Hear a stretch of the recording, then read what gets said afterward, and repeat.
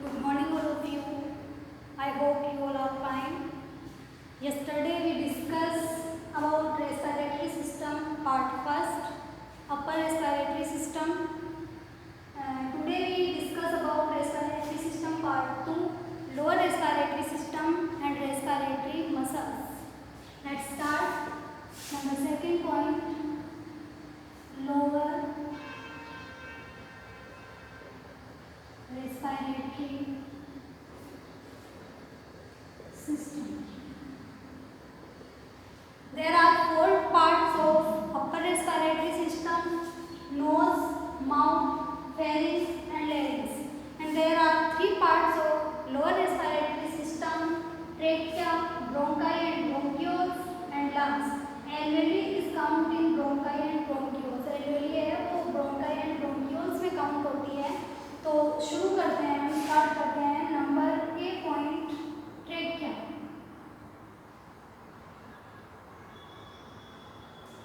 The other name of trachea is windpipe. इसको windpipe भी कहा जाता है. और trachea इसका रियल नेम है, सही नेम है. तो trachea की हम बात करें तो इसमें कुछ पॉइंट हैं. The length of trachea is 5 inch. trachea की जो लेंथ है, लंबाई है, वो होती है 5 इंच होती है. इसकी साइज होती है इस तरह से. यहाँ पे लेंस प्रेजेंट है और यहाँ ट्रेकिया प्रेजेंट है. इस तरह की इसकी शेप होती है. तो number first point, it's length 5 inch.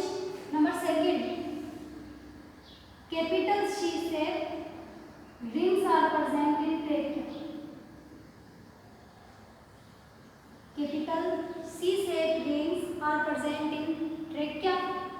यहाँ जो ये पार्ट आपको दिखाई दे रहा है, यहाँ सी आकार की छल्ले, इस तरह की छल्ले लगे हुए होते हैं. And C shape rings are present. They prevent trachea to stick the walls stick with each other. जो वॉल्स हैं उनको एक दूसरे से चिपकने से, स्टिक होने से, चिपकने से रोकने का काम करते हैं. ये छोटी छोटी बोन से बने होते हैं, सॉफ्ट बोन्स होते हैं, उनसे मिलकर बने हुए होते हैं.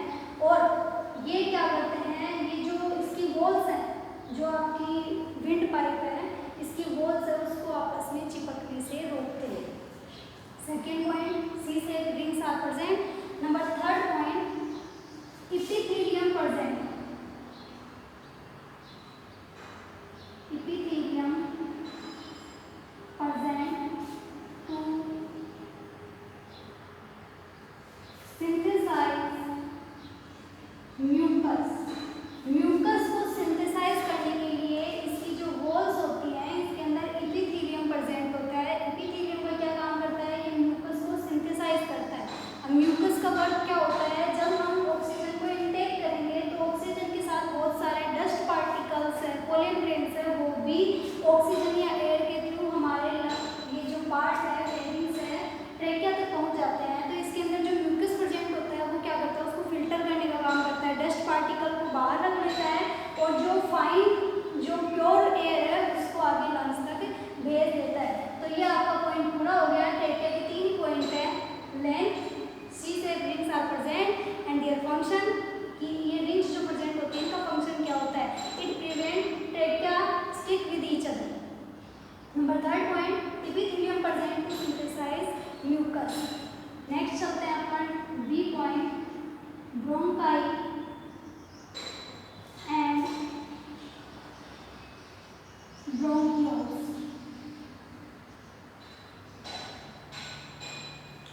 Trachea divided in 2 parts, one left side and right side. These part are called bronchi. 2 part में डिवाइड हो जाती है, एक लेफ्ट साइड में चला जाता है लंग्स के अंदर और एक राइट साइड में चला जाता है. इन 2 डिवाइडेड पार्ट को क्या बोला जाता है, ब्रोंकाई बोला जाता है. And these parts further divided in many parts. ये बाद में और पार्ट्स में डिवाइड हो जाते हैं और इन आगे वाले डिवाइडेड जो पार्ट हैं, इनको बोला जाता है ब्रोंकियोल्स. सबसे पहला जो भाग है उसको बोला जाता है ट्रेकिया. जब ट्रेकिया 2 पार्ट्स में डिवाइड होती है उसको बोला जाता है ब्रोंकाई. और ब्रोंकाई आगे जाके बहुत सारे पार्ट में डिवाइड हो जाता है, उसको बोला जाता है ब्रोंकियोल्स. जो ब्रोंकियोल्स होते हैं, ये सेकेंडरी ब्रोंकियोल्स होते हैं, टर्शियरी ब्रोंकियोल्स भी होते हैं.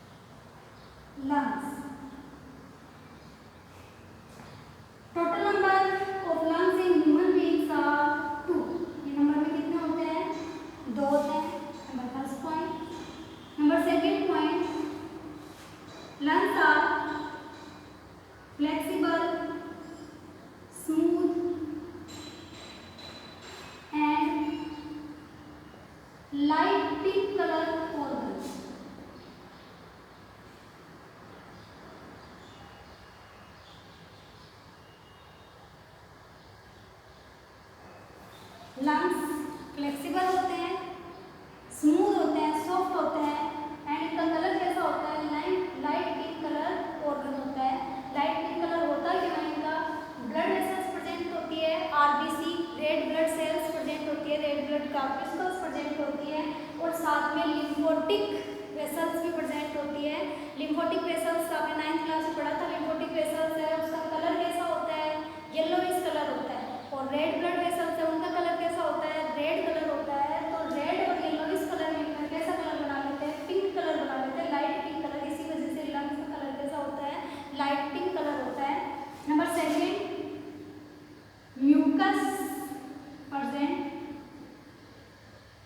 म्यूकस प्रेजेंट होता है जो कि एयर को फिल्टर करने का काम करता है।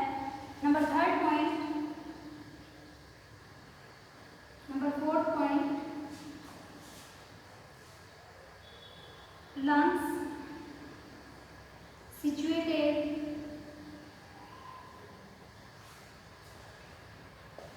in left and right side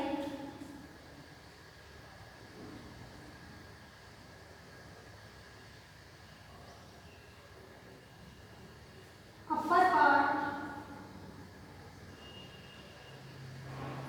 of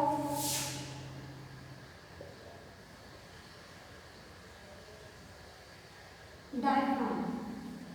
diaphragm है, इसके ऊपर की तरफ लेफ्ट और राइट साइड में लंग्स प्रेजेंट होते हैं। 4 पॉइंट कंप्लीट हो गए। नंबर 5 नंबर पॉइंट है राइट लंग्स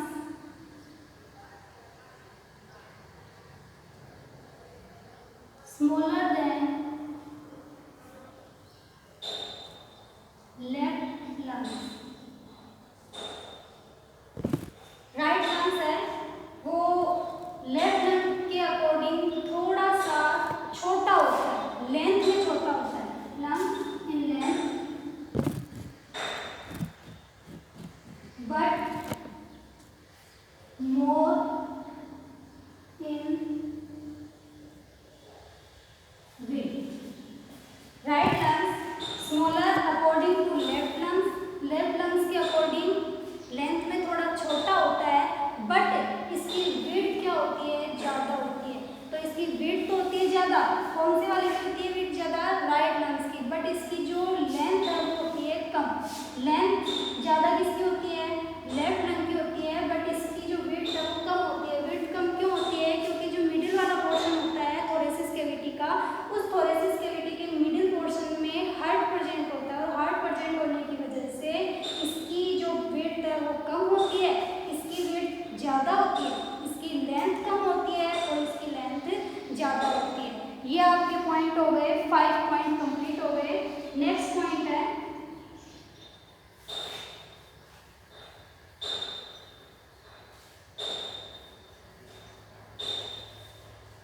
और क्या प्रेजेंट होता है इसमें। तो 6 नंबर पॉइंट है रेड ब्लड सेल्स प्रेजेंट होती है या ब्लड वेसल्स आप बोल सकते हो, ब्लड वेसल्स प्रेजेंट होती है। लिम्फोटिक वेसल्स प्रेजेंट होती है, म्यूकस प्रेजेंट होता है, एल्वियोली प्रेजेंट होती है, इन्फिनिटी प्रेजेंट होती है। इनको फिक्स नंबर नहीं होता है, बहुत सारे संख्या में प्रेजेंट होते हैं और ब्रोंकियोल्स प्रेजेंट होते हैं।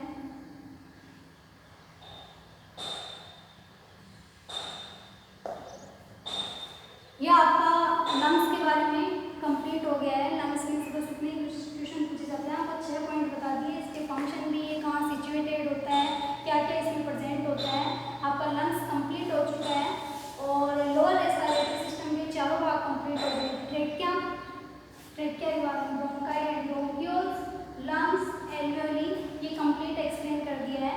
तो lower respiratory system completed. Next है रेस्पिरेटरी मसल्स।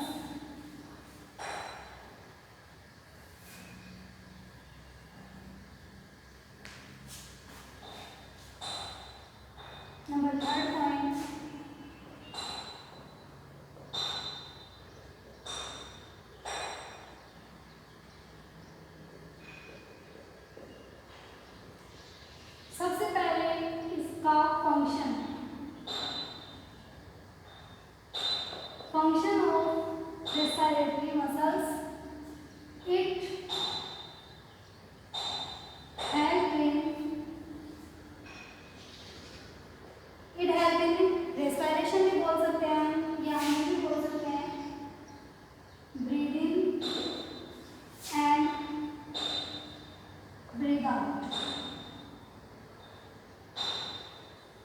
ये है ब्रीद इन और ब्रीद आउट में हेल्प करती है, मतलब सांस लेने में और सांस छोड़ने में ये हेल्प करते हैं। कौन हेल्प करता है? Respiratory muscle. सेकंड क्वेश्चन जो इसमें से बनता है वो है example of respiratory muscles, means जो ह्यूमन बींग्स हैं उनके रेस्पिरेटरी सिस्टम में कौन कौन सी रेस्पिरेटरी मसल्स प्रेजेंट होती है? तो डायफ्राम, ये एक रेस्पिरेटरी मसल्स है जो कि हेल्प करती है ब्रीदिंग करने में और ब्रीद आउट करने में। इसके अलावा और बहुत मसल्स प्रेजेंट होती है जो इसमें ब्रीदिंग एंड ब्रीद आउट करने में हमारी हेल्प करती है। आगे चलते हैं नंबर सी पॉइंट। ये आपका लंग से जुड़ा हुआ भी है और मसल से जुड़ा हुआ भी है। जब हमें डायफ्राम होता है, डायफ्राम में जब कॉन्ट्रैक्शन होता है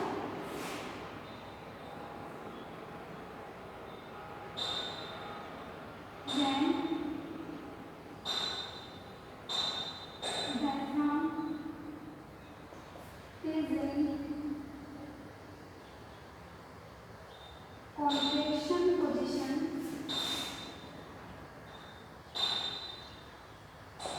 air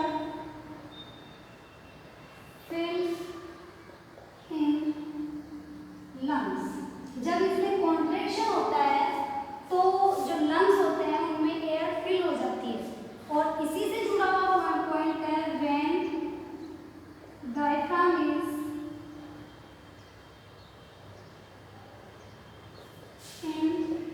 relaxation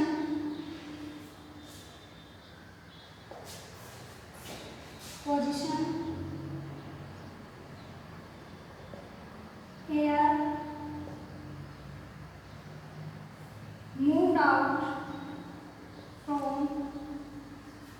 lungs। जब डायफ्राम में कॉन्ट्रैक्शन होता है तो लंग्स पूरी तरह से एयर से फिल हो जाते हैं और जब इसमें रिलैक्सेशन होता है तो लंग्स की सारी हवा को बाहर की तरफ एग्जिट हो जाती है। मीन्स ब्रीद आउट करते हैं अपन जब लंग्स के अंदर रिलैक्सेशन होता है और ब्रीद इन हम कब करते हैं? जब लंग्स के ये जो डायफ्राम होता है डायफ्राम में कॉन्ट्रैक्शन होता है और जब डायफ्राम में रिलैक्सेशन होता है तो हम ब्रीद आउट करते हैं। ये आपका टॉपिक कंप्लीट हो चुका है। लंग्स से रिलेटेड भी है ये और आपकी मसल से रिलेटेड भी है। मसल से रिलेटेड क्यों है? क्योंकि ये जो कॉन्ट्रैक्शन और रिलैक्सेशन है ये किसकी वजह से होता है? यहाँ पर जो भी मसल्स प्रेजेंट होती है, रेस्पिरेटरी मसल्स प्रेजेंट होती है, उन्हीं की वजह से कॉन्ट्रैक्शन और रिलैक्सेशन होता है। Topic complete, respiratory system complete. कल हम पढ़ेंगे blood and blood circulatory system के बारे में। अब हम पहले ये देख लेते हैं कि जो रेस्पिरेशन है वो कंपल्सरी क्यों है, क्यों आवश्यक है। जैसे कि डाइजेस्टिव सिस्टम हमारे लिए जरूरी है। डाइजेशन क्यों जरूरी है? फूड का डाइजेशन होता है वो एनर्जी में कन्वर्ट होता है, एनर्जी के थ्रू हम कोई भी वर्क कर पाते हैं। ठीक वैसे ही रेस्पिरेशन क्यों कंपल्सरी है? यहाँ से नोज के थ्रू हमने ऑक्सीजन इंटेक किया, ऑक्सीजन आएगा ट्रेकिया में, ट्रेकिया के थ्रू ब्रोंकाई में, ब्रोंकाई के थ्रू ब्रोंकियोल्स में। ब्रोंकियोल का जो टर्मिनल पॉइंट होता है वहाँ पर होते हैं छोटे छोटे होल्स जिनको एल्वेओली कहा जाता है। इन एल्वेओली का जो टर्मिनल पॉइंट है वहाँ पर छोटी छोटी कैपिलरीज प्रेजेंट होती है। Capillaries means thin blood vessels, बारीक ब्लड वेसल्स होती है, उनको कैपिलरीज कहा जाता है। ये कैपिलरीज जुड़ी होती है ब्लड वेसल से, आर्टरी एंड वेन से जुड़ी हुई होती है। तो जैसे ही हमने